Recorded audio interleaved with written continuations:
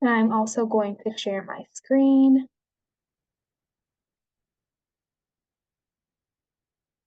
I hope everyone is faring well after the disorientation that was last week's storm.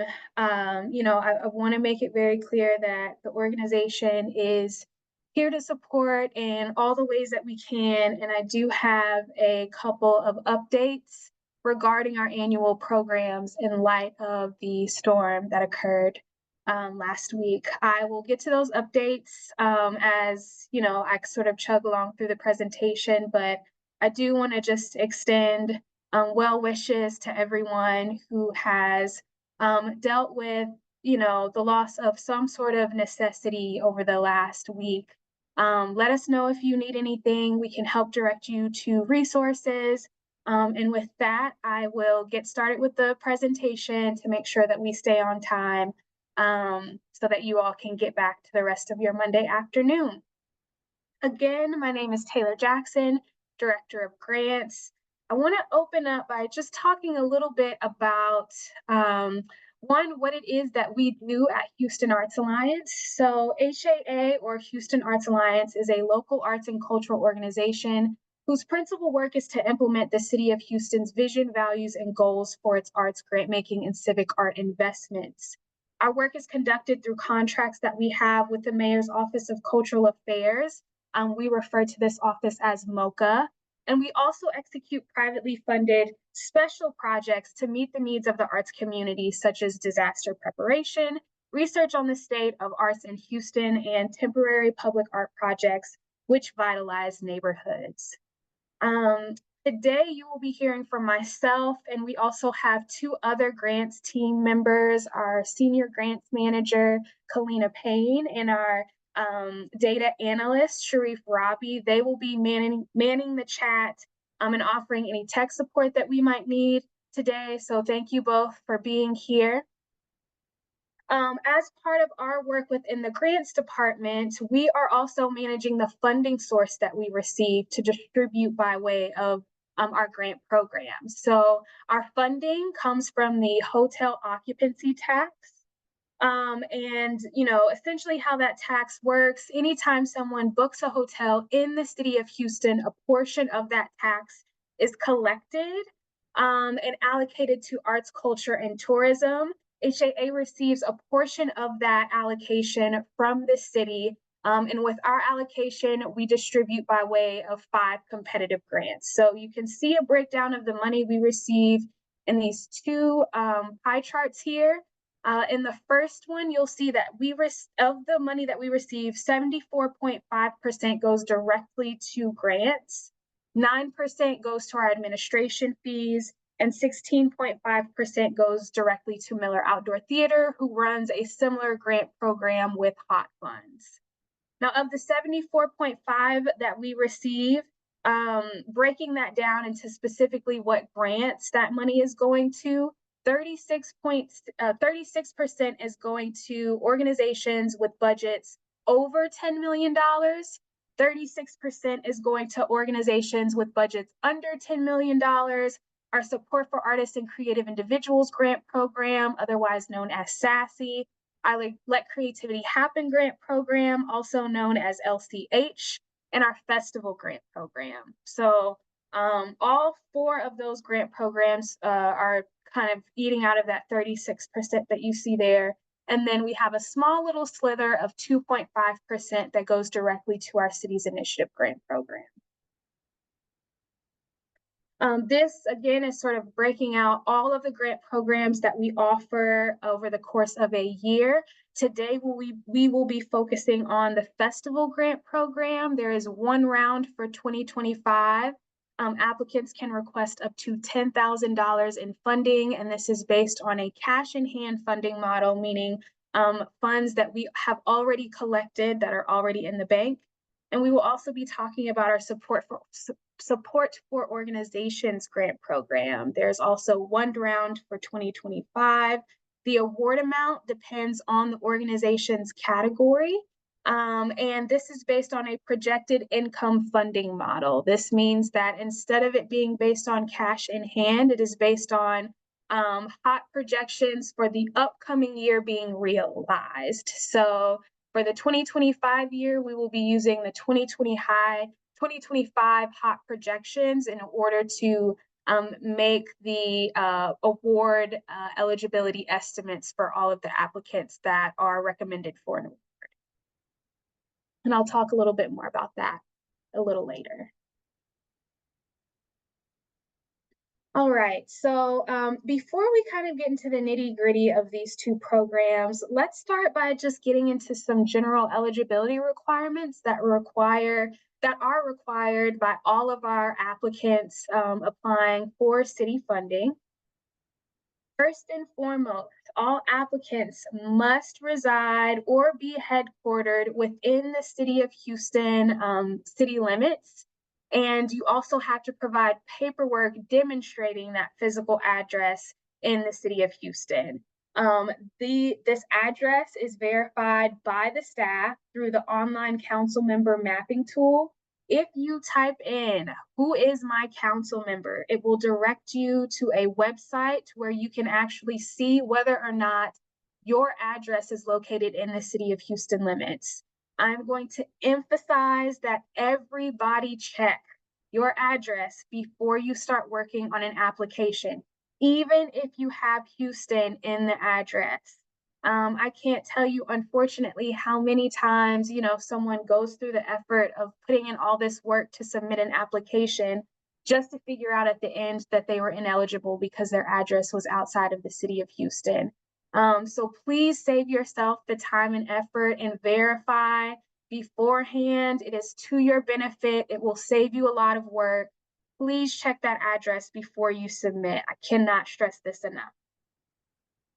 And again, that is whether you are applying, on behalf of an organization, on behalf of a fiscally sponsored project, or as an individual artist. Everyone has to show proof that they reside within City of Houston limits.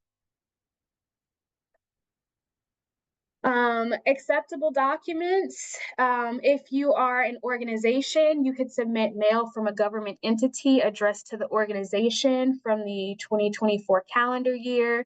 You could provide a current lease agreement. You could provide a bank statement from this year. Same if you are a fiscally sponsored organization.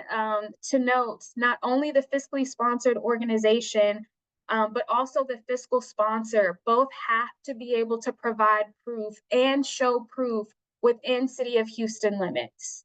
That proof needs to be from the 2024 calendar year, or again, if it's a lease document, it needs to be current. And if you have any questions about your proof, don't hesitate to reach out to us so we can clarify and help you figure out proof documentation that we'll be able to accept. This is not an exhaustive list by any means. So just reach out to us if we need to clarify anything or if you have any questions.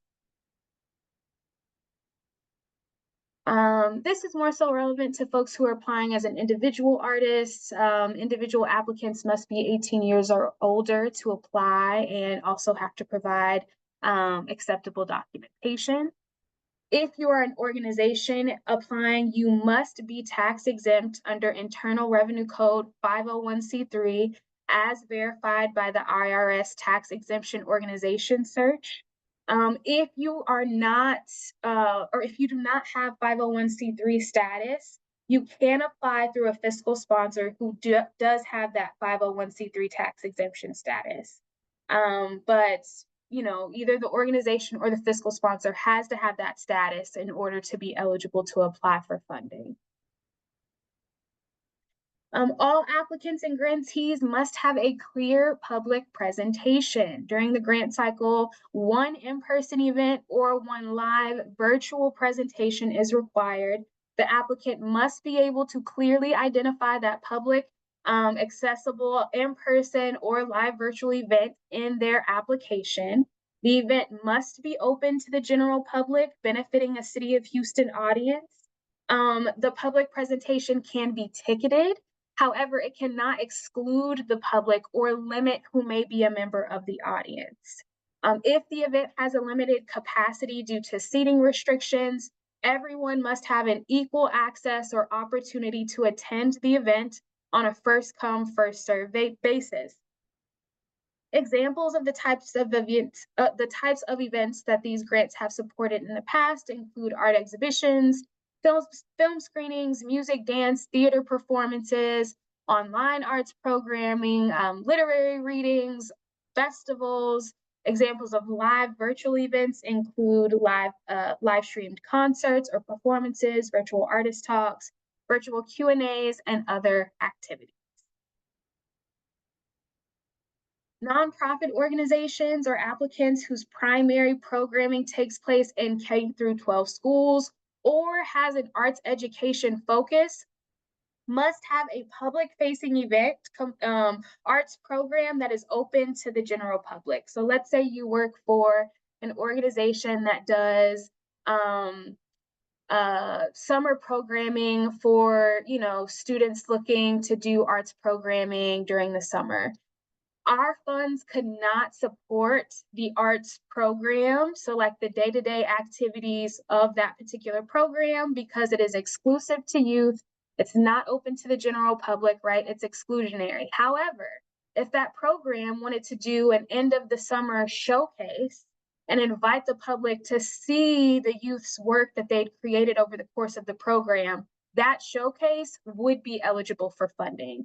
So that's kind of to clarify what we mean by public presentation and also what we mean by it needs to be open to the general public.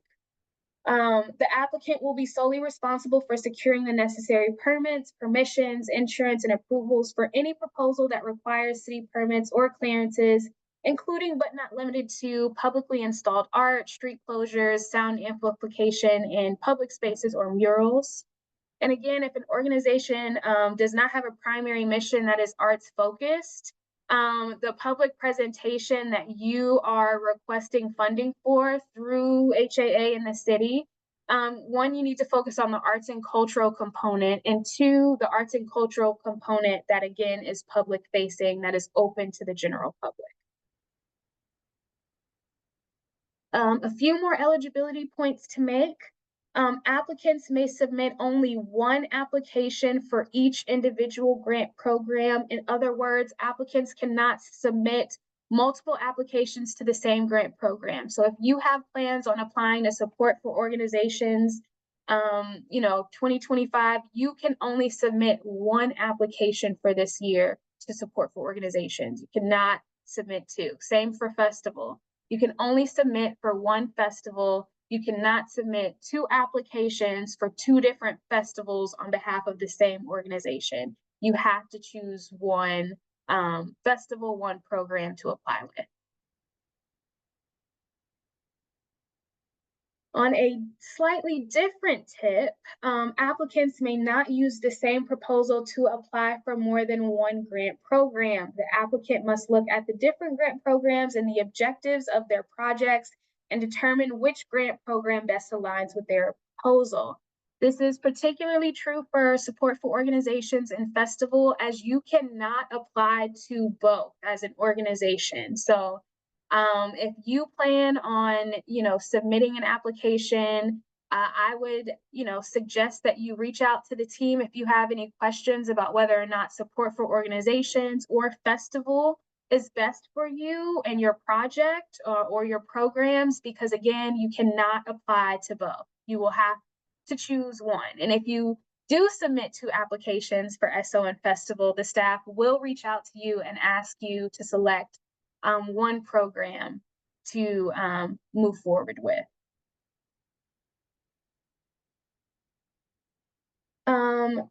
This is more so an eligibility requirement specific to individual applicants, but just in case you're here representing an org and you're thinking about potentially applying as an individual artist in the future, just to note, artists who work in an artistic capacity with a nonprofit organization, maybe as an artistic director, an executive director, a resident artist, you must apply with a program that is independent of the organization. So if you are applying or planning, or you have plans on doing something outside of an organization, and you would like to submit an individual application, you can absolutely do that so long as the programming that you are proposing is completely separate from the organization you are working with.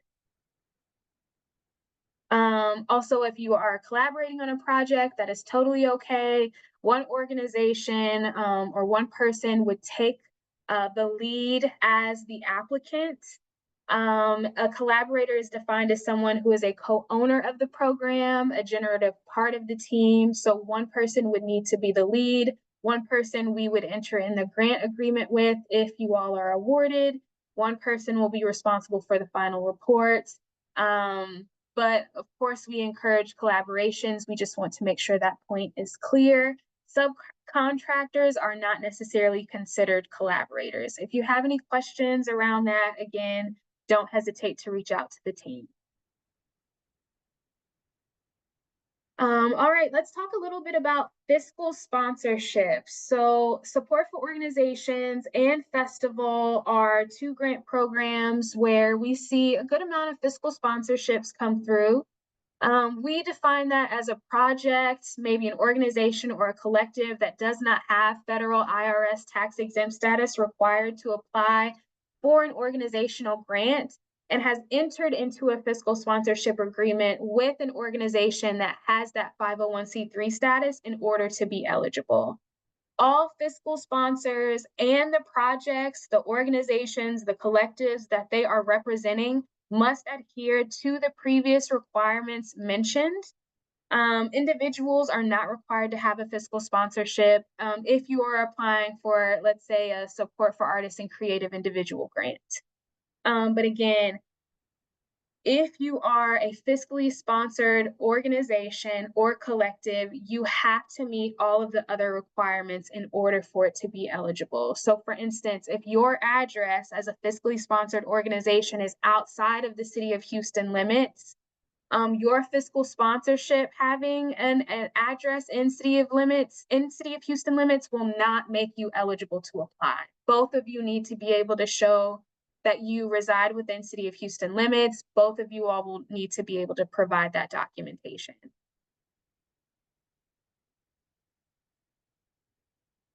All right, let's shift a little bit more and talk about what HAA/city funded grants cannot support. So first and foremost, we cannot support events taking place outside of the City of Houston limits. I keep stressing the importance of knowing whether or not you are located within the City of limits. Now I'm going to stress making sure that your activity takes place within City of Houston limits.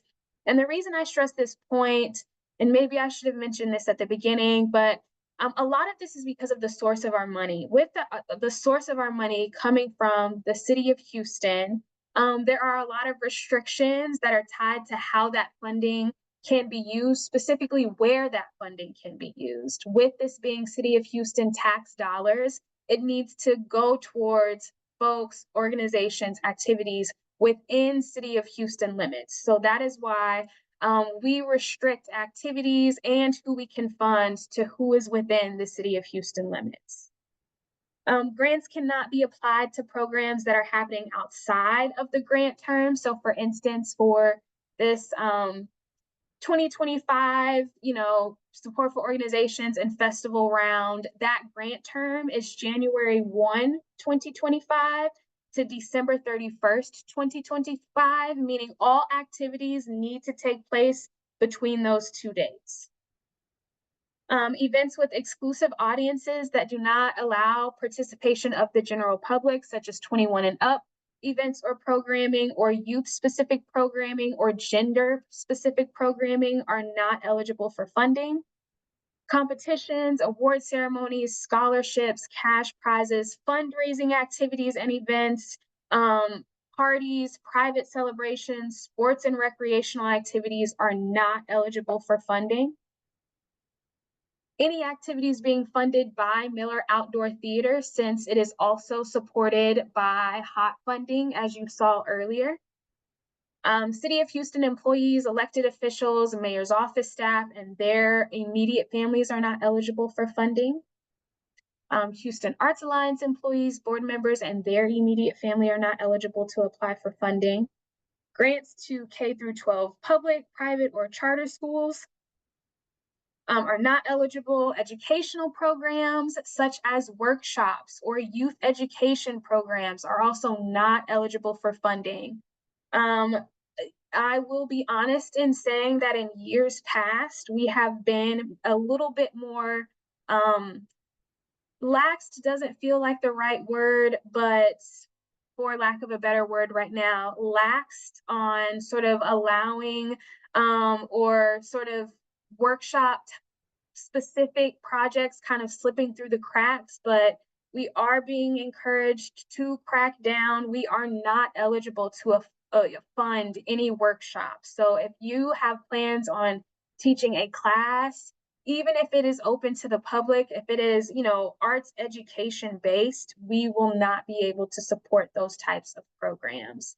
If you have questions about whether or not your program potentially falls within the category of being a workshop, reach out to us so we can clarify and work with you to figure out something. Maybe we can workshop with you some ideas to figure out how to make a public presentation that would be eligible for funding. But again, if it is a workshop, it cannot be funded by our funds.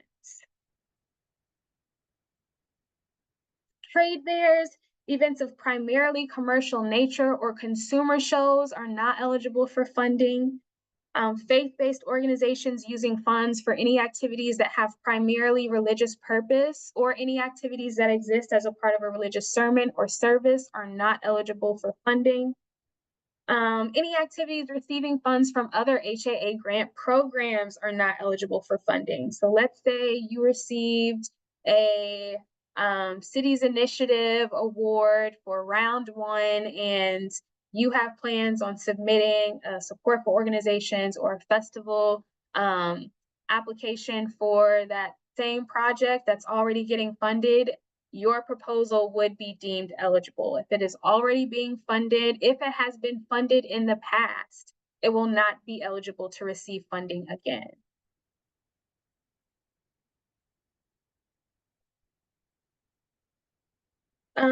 Here are our upcoming deadlines for support for organizations and festival, as well as support for artists and creative individuals. This is a big announcement. First time we are publicly communicating this. We will be sharing information out about this extension tomorrow or Wednesday, but the deadlines have been extended. So instead of the annual deadlines occurring on July 26th, the date has actually been extended to August 2nd. So for support for our organizations and for festival, the new deadline date will be August 2nd at 11:59 p.m.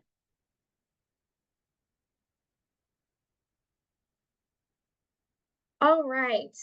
Speaking of SO and festival, let's get into a few specific program specific information that might be relevant to you as you are working on your application. We'll start with festival. So the festival grant program provides support of up to $10,000 to fund arts festivals or arts components of cultural festivals to celebrate Houston's diversity and promote the city's creative identity as a unique art and cultural destination. Festivals allow communities to share artistic and cultural traditions, which can create vibrant opportunities and experiences for residents and visitors. Again, this grant is funded by cash in hand. How do we define a festival? So a festival is defined as an annual or multi-year celebration. It has an immersion around a unifying theme or a programmatic focus.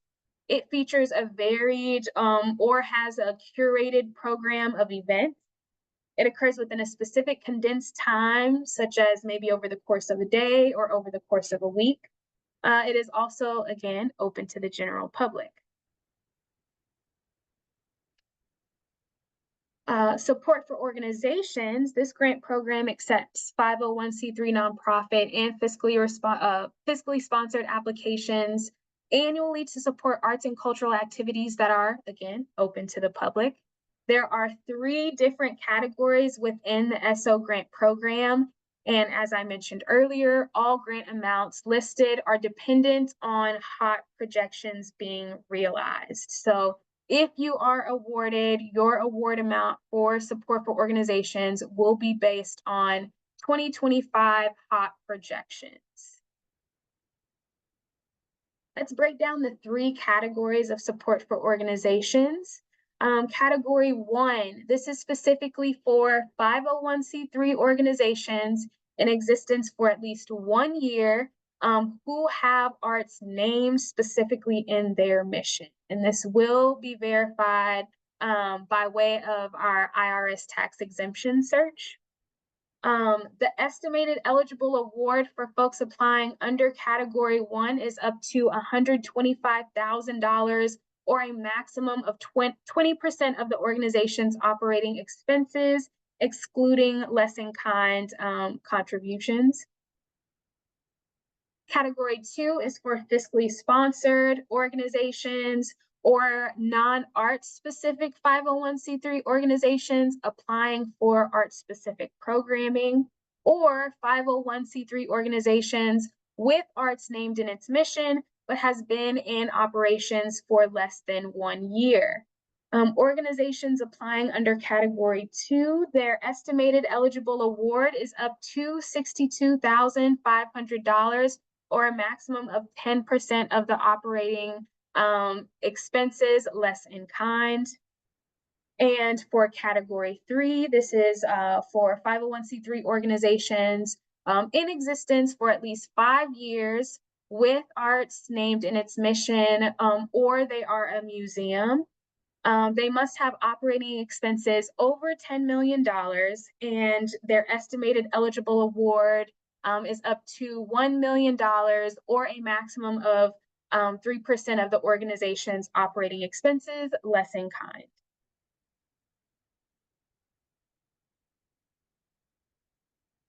We get a lot of questions about how awarding works for support for organizations, and so I want to break that down just a little bit. For those of you who are familiar with our process, you know that we use a peer panel to adjudicate all applications that come through our organization. So all of the grant scoring is done by panelists who cannot be staff or board of HAA. In addition to the panel scores, an objective score is also calculated based on data entered by the ESSO applicant in SMU Data Arts about its financials. So, as you are applying for support for organizations and festival, you will see that you are required to submit a cultural data arts profile by way of SMU Data Arts. In order to complete all of the components for your application.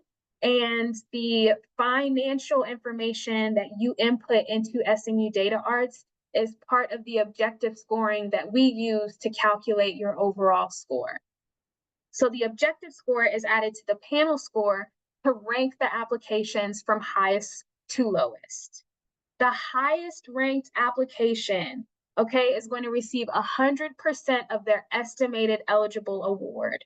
And every awarded rank receives 1 percentage point less than the one before until the awardees reach 50%, which is the award minimum. So for example, the top ranked applicant is going to get 100%. The second ranked applicant is going to get 99% of the estimated eligible award. The third is going to get 98% of the estimated eligible award, and so forth and so down until we reach 50%. So once the ranked list reaches 50% of the estimated eligible award, all awardees will receive 50% so that no grant award is lower than 50% of their estimated eligible award in the SO1 and SO2 categories.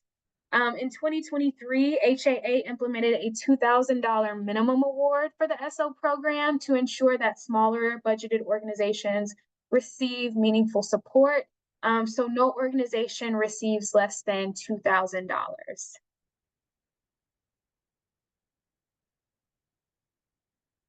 I also want to talk about our BIPOC Boost formula. So last year, this year, if you will, in collaboration with the Mayor's Office of Cultural Affairs, we introduced a funding formula boost in the annual grant competitions for support for organizations, support for artists and creative individuals, and festival.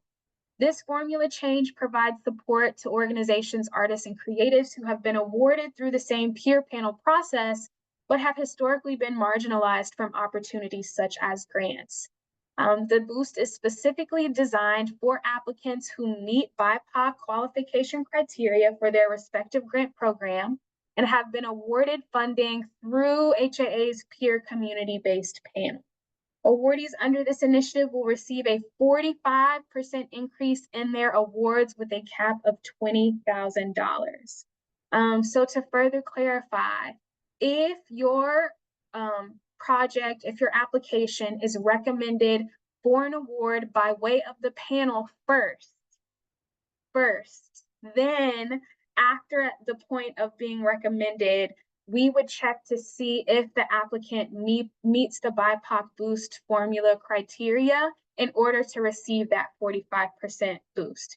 You would receive a notification at the same time to say that you were awarded and received the boost. So there's no delay in that information. We just want to make it clear that only folks who are first awarded by the panel are eligible to potentially receive the BIPOC boost. This is the qualification criteria that you have to meet in order to be eligible to receive the boost. You have to meet at least 3 of the 5 criteria below if you are an organization. So you have to either have 60% key leadership that identifies as BIPOC, key leadership being director, title, or above, 60% board leadership that identifies as BIPOC, 60% staff that identifies as BIPOC, serving a key constituency that is predominantly BIPOC, or having an operating budget under $200,000. So again, you have to meet 3 of the 5 criteria. There's not a different set of application questions that will determine your eligibility. All of these questions are sort of baked into the demographic information that we collect from your organizational profile or from SMU Data Arts. So make sure that you are filling out and updating that information accurately, just in case you actually meet the criteria to qualify for the BIPOC boost. And if you are applying as an individual artist or creative, you simply have to self-identify as BIPOC in order to be eligible for the boost.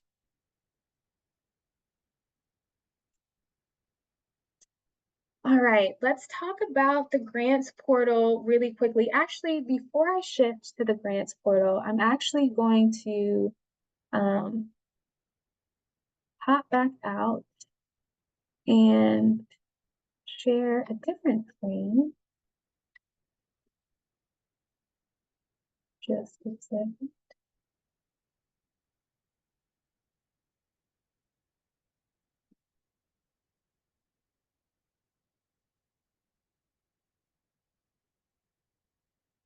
Just a second, y'all. Thanks for your patience. I just want to make sure that we also go over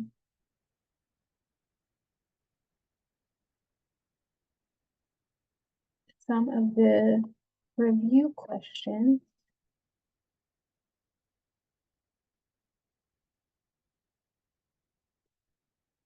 All right, so this is also the point in the presentation where I am going to encourage you all to make sure that you read our grant guidelines extensively. You can find them on our grants opportunity page. So if you go to HAA.com, you're going to click funding services and get a grant, see available grants. This is a really important page. It shows the schedule for all of our openings and deadlines for the year. You can also see a timeline of exactly where your application is in the process. This is a little pizza tracker that we've added this year. And then as you scroll down, you'll be able to find the guideline sets for all of our open grant opportunities. So for festival, you're going to click the guidelines.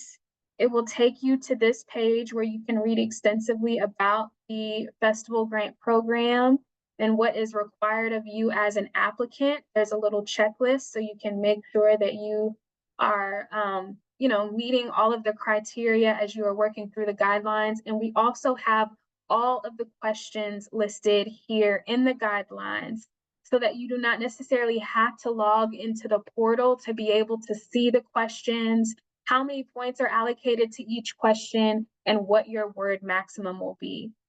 So for festival, the application is basically broken down into 3 different narrative / a budget section, if you will. We have the artistic programming section. Here, the applicant demonstrates artistic and cultural vibrancy, shows documented past success, and demonstrates the ability to execute proposed activities. Also, the panelists will be looking to see that the programming is imaginative and innovative for Houstonians and visitors. So this little paragraph under the section, the narrative section, sort of serve as a rubric for you to understand what we are asking the panelists to evaluate in their assessment of this particular narrative section, to help you understand how to better write, a strong, well-rounded proposal. We also have the public benefit section. So here, panelists will be asked to score how well your project connects to a defined community, your ability to enact strategies in marketing and audience engagement that are inclusive and publicly accessible. And they'll also be assessing how the project is inviting to its community and the broader public. And then the last section is the stewardship of public resources section. Here you will demonstrate your ability to steward public resources. You'll show appropriate preparation to complete the proposed activities by way of your timeline. And you'll also demonstrate a budget that is feasible and hopefully demonstrates investment in artists and local talent. So again, if you're ever wanting to work on your application, maybe outside of the actual portal, you can always go to the guidelines and find a comprehensive list of all of the questions, the points, the word counts. If you have any questions about any of this information, if you would like to work on a draft and schedule time with the team to go over that draft with you, we are absolutely here to offer that support. You'll just need to make sure that you reach out to us in advance so that we can try to lock in an appointment time with you on our calendar. The same is true for support for organizations. So if you scroll down to the next page after festival, you will see all of the information related to support for organizations, including an application checklist, a breakdown of the 3 different categories, and all of the review criteria that I also just covered under the festival grant program.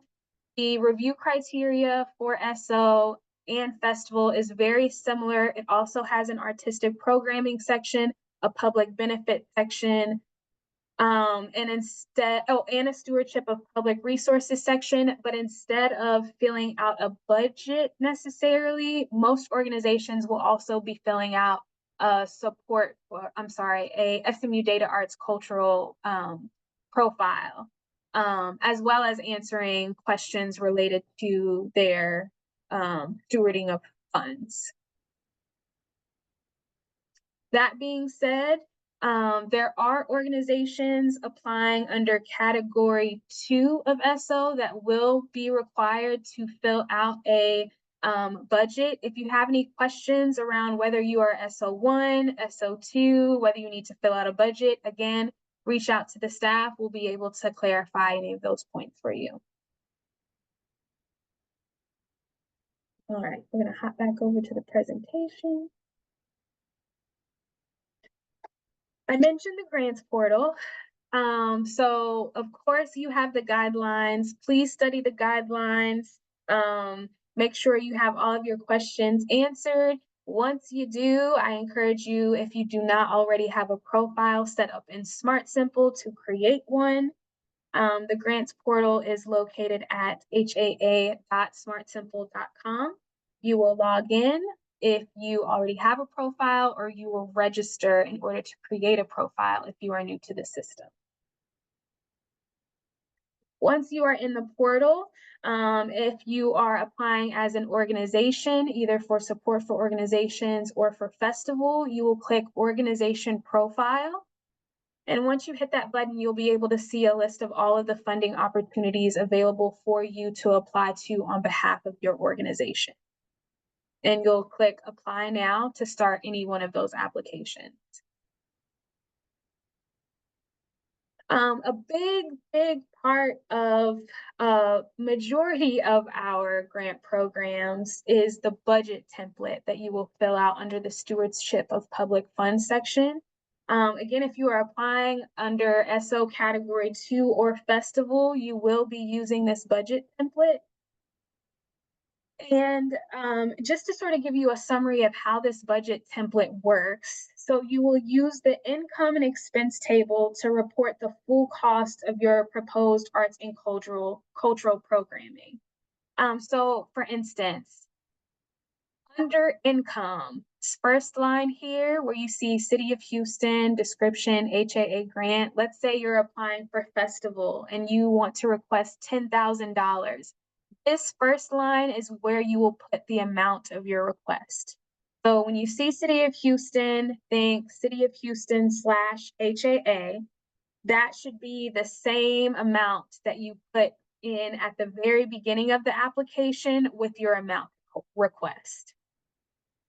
Any other income that you anticipate or have received that is related to the programming that you are requesting funding for, it will go in the lines underneath, the HAA / City of Houston grant amount. So if you've received any foundational support, corporation support, in-kind donations, you will put those amounts under income, underneath the amount of request column, and you can add a description as to exactly, where that money is being received. And I'm sorry, instead of it going under amount of request, it will actually go in this further column, other funds. So the only thing that will go under amount of request is what you were requesting from HAA. Any funds that you've received from other sources will go underneath the other funds column.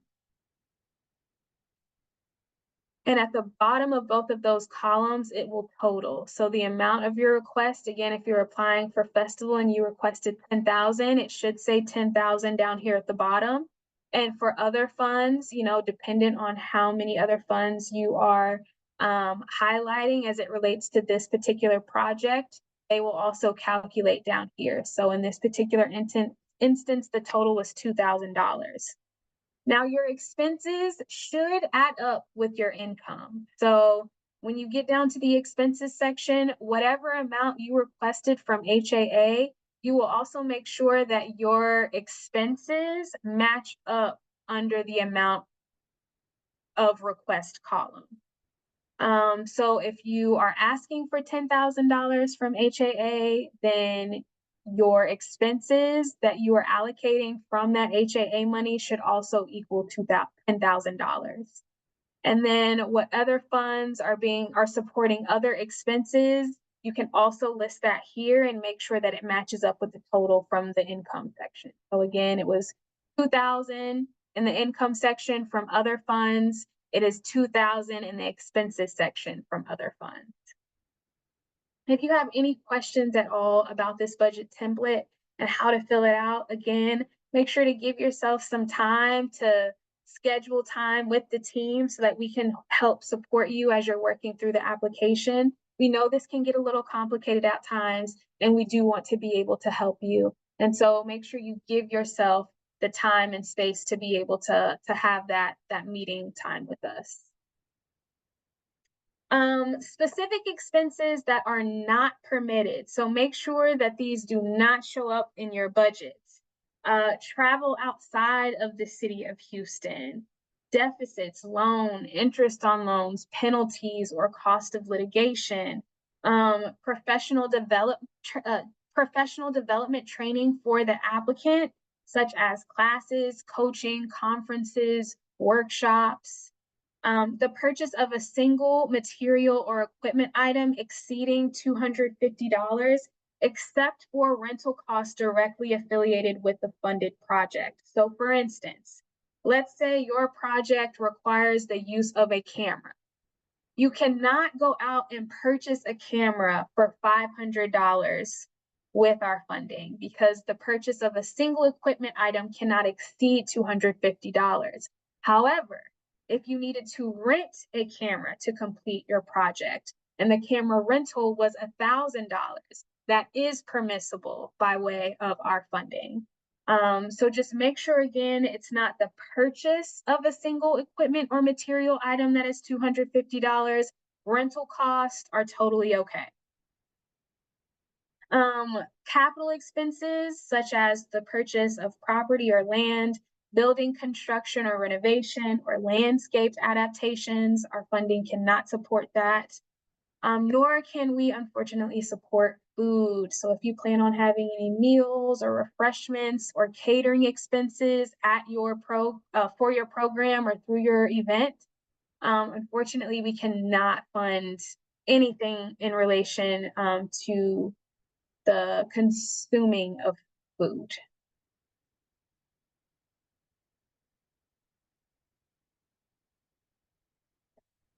Last but not least, as it relates to your application and the portal, work samples. So this is a really, really important part or component of the application. It is not scored. However, this is an opportunity for the panelists to really be able to see in a visual or audible way what it is that you do. And so please make use of the work samples. There is a lot of space for you to upload, whether that's by way of PDFs, images, audio, or video samples. Again, you are not going to be able to have an opportunity to sit face to face from the panelist and really like make your case. So outside of the narrative, this is how you demonstrate your excellence, what it is that you do, why you are so amazing. It could either be related to the program that you are proposing, or it could be images, audio files, work samples from previous work. So make use of this, let your light shine. If you have any questions or if you run into any issues uploading work samples, reach out to us. We can help you out.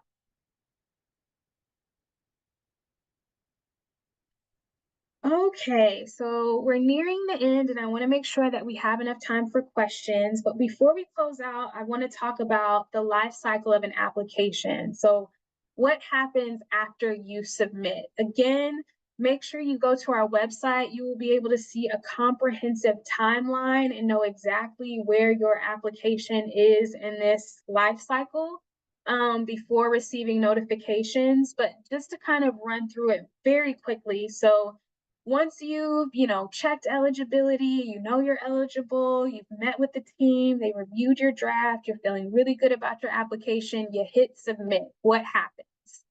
Well, the day after, the next business day, I should say, after a grant application cycle closes, staff begins verifying eligibility. So we're looking for application completeness, we're making sure you have that public presentation, we're going through and scoring all of the objective criteria. Once eligibility verification has been completed, we then move on to our curing week. This is an opportunity for us to reach out to applicants who might have durable needs, if you will, in order to make their application eligible. What do I mean by that? Let's say you submitted proof of residency or proof of headquarters documentation, and for whatever reason, we can't confirm the date, we can't confirm the address. the PDF is blurry. During this particular week, we will reach out to you to ask for updated proof in order to make your application eligible. So after you hit submit, I would pay attention to your email for the next 2 weeks to make sure that you do not receive a notification from us that there is something in your application that needs to be cured. You will have about 4 business days to complete or submit whatever it is that we need in order to make your application eligible. You will receive the deadline day for, your cure documentation in the notification email that you receive. So make sure you get it to us by that deadline day in order to make your application eligible and move on to the next stage of the process. So please, please, please make sure you check your email to make sure you don't get that curing notification. Once curing is complete and we have a list of all of our eligible applications, they then move on to our peer panels to be scored and evaluated. Again, we use a competitive peer review process to score and rank all eligible grant applications. This separates the staff from making any subjective determinations around who gets funded and puts that really, really important factor in the hands of the community, so that the community is actually making the determination on who is getting funding. Once the panel has scored, evaluated, and discussed all of the applications, we prepare a recommendation packet based on the highest ranking scores and who is being recommended for funding, and send that to the HAA Grants Committee of the board for evaluation. They are not permitted to change any of the peer panel's recommendations. They are just confirming that the staff followed this process with integrity and as publicly communicated by way of our workshops and the guidelines, just to make sure that we are executing this work in a way that is transparent and fair and equal and equitable. Once the grants committee has approved the recommendation packet, it is then forwarded to the city of Houston. The mayor's office of cultural affairs will actually review the packet and seek the mayor's final approval before any of the recommendations are actually finalized. And so until we hear that word from the mayor, none of the recommendations are final. Again, the mayor's office of cultural affairs does not change any of the recommendations. They too are just reviewing our process. And once we hear back from the mayor that all of the recommendations have been approved, that is when we move forward with sending out notifications. Putting in a little plug for panels. As you might be able to assess, peer panels are an incredibly important part of our process. The panels determine the scores determine the ranks, and the ranks determine who get funded. So if you have any interest in learning what it is like to be a panelist, learning about this process from, being in the seat of a decision maker, I highly, highly encourage you to submit your name to our form. You can scan this QR code and it will take you to a link to sign up to become a panelist. Panels include, individuals with a diversity of skills, self-identity, art forms, expertise, and experience to ensure that they are able to properly assess the merit of all the applications requesting city arts funding. So again, I encourage all of you to please sign up to become a panelist. It is a great learning opportunity. And if that's not enough of an incentive, you also receive a $300 honorarium for your work with us.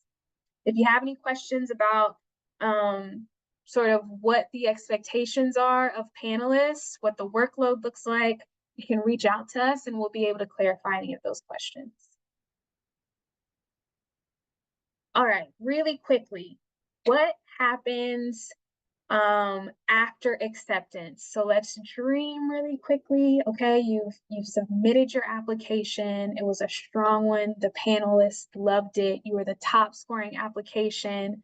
The grants committee approved, the mayor approved. You just received your notification that you are being awarded. What can you expect? So in that notification email, one, you will be given a heads up that a contract will be on its way to you. we need your signed grant agreement before we can start processing any payment information. So please make sure that you sign that contract and also get to us an ACH and updated W-9 form in order for us to get the ball moving on your payment as soon as possible. Once we have all of those documents, it takes about 2 to 3 weeks in order to get the first payment out to you. But once you receive that first payment, you are well on your way. I will say that the payment schedule is a little different for SO and Festival. So for instance, Festival, with it being one of our grant programs that's based on a cash in hand funding model, your first payment will be 80% of your total award. So you'll receive 80% up front. You'll, go on to work on your project. Once your project is complete, you'll submit your final report. After we receive your final report and it is deemed approved, you will receive your second and final payment, which will be the remaining 20% of your award. For support for organizations, the award amounts are actually split into 4 unequal payments. And you will not receive your awards until we collect the hot payments from the city. So once the hot actuals start rolling in for 2025, that is when we will notify you and let you know that we have received the quarterly collection for hot and a date to anticipate when you will receive your payment. So you will receive your first, second, and third payment based on that model whenever we receive the hot quarterly payments, and you will receive your fourth and final payment after you have submitted your final report. It has been approved, and we have received the fourth quarterly payment from the city.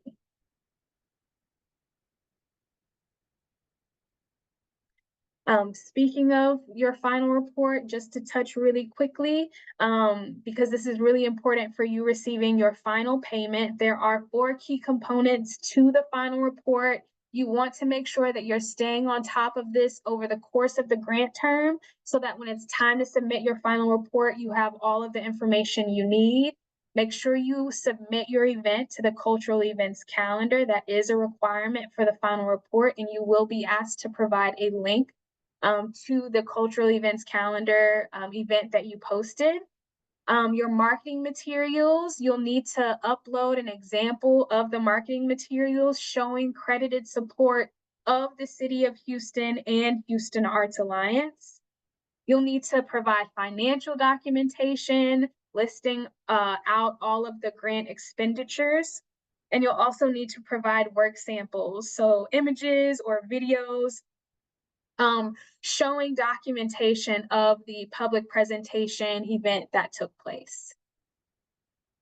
The grant term, again, is 1 year from the award notification. So for support for organizations and festival, the grant term is January 1st, 2025 to December 31st, 2025. And the final report will be due 30 days after the end of the grant term. So for SO and Festival 2025, the final report due date will be January 30th, 2026, which sounds so wild to say, but that is where we are.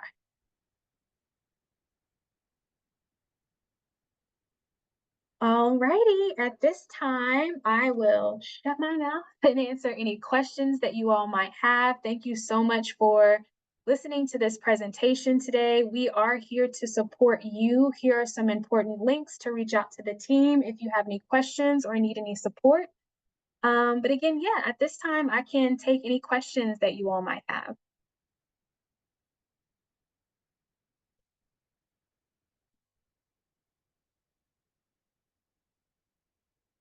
Hi, Jennifer.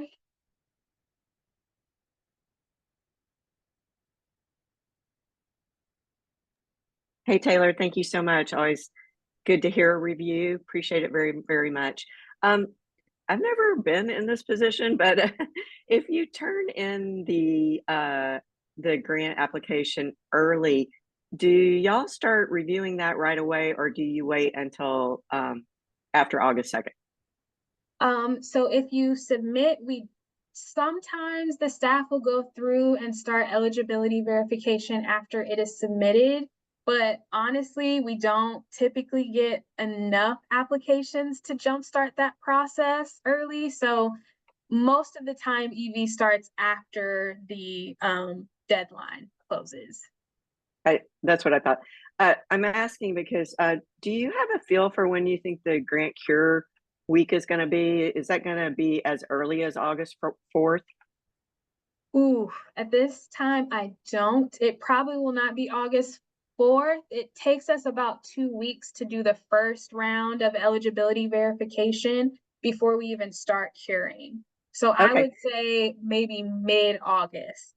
awesome. I'm traveling in early August and I want it to be available. Thank you so much. Of course, of course.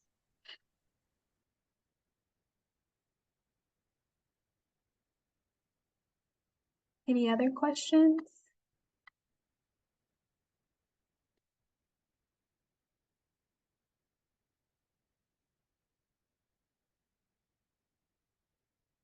Well, it is totally okay if you do not have any questions at this time. Again, you can see links and a number to call us if you have any questions at all. We will also be posting this workshop on our website after today so that you can go back and reference the information as you work on the application from now until the deadline. We're here to support, again, wishing you all health and safety and coolness as we navigate this hot Houston summer and these wind of tropical storms that just keep plundering our city. Wishing you all nothing but the best. And again, don't hesitate to reach out if you need anything. Thank you.